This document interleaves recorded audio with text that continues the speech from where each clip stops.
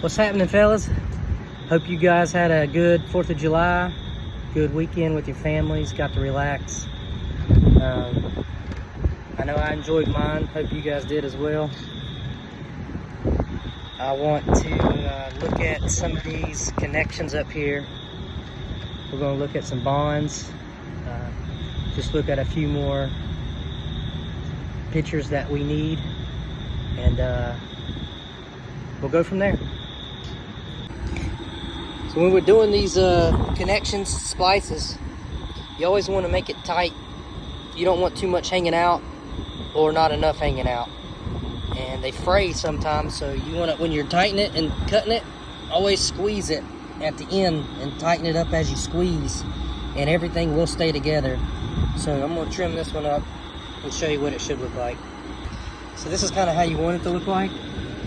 You don't want too much hanging out, but you want just enough that when you cut it and hold it and tighten it, that you can have a little bit here to grab and hold and squeeze so they don't fray apart when you're tightening it and smashing it down. You want it all to stay together. And you don't want this part bunched in way over here against this side, or this sitting back in here. So that's kind of how you want your splices to look when you're done with it, and tighten those up.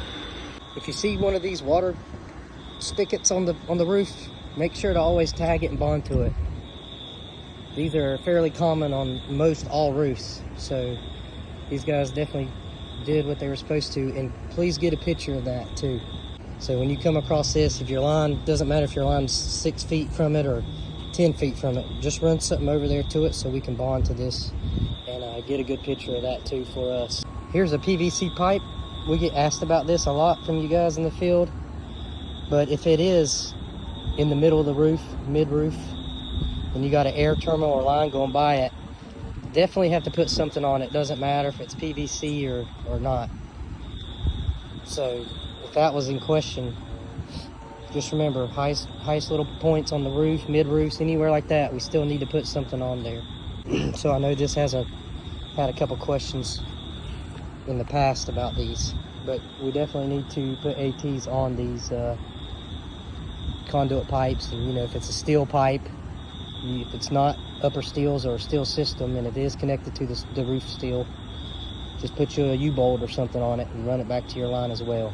Here we got another splice like I was talking about earlier. There's really not enough hanging out. You really want a little bit more, so I'm gonna redo this one for us. But this is another example of how we need it, how we need a little bit sticking out of this side, because as you can see, it frays and it gathers up inside of this connection. It's still making a connection, it's just not how we want to leave it. All right, guys, well, I hope you all have a good rest of the week. Thank goodness it is raining, so hopefully it'll cool it off a little bit out here for us.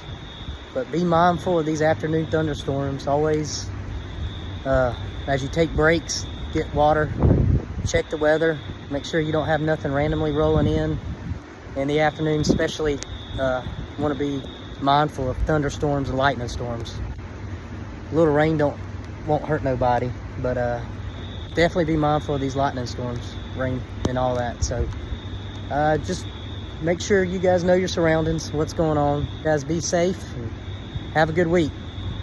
Thanks.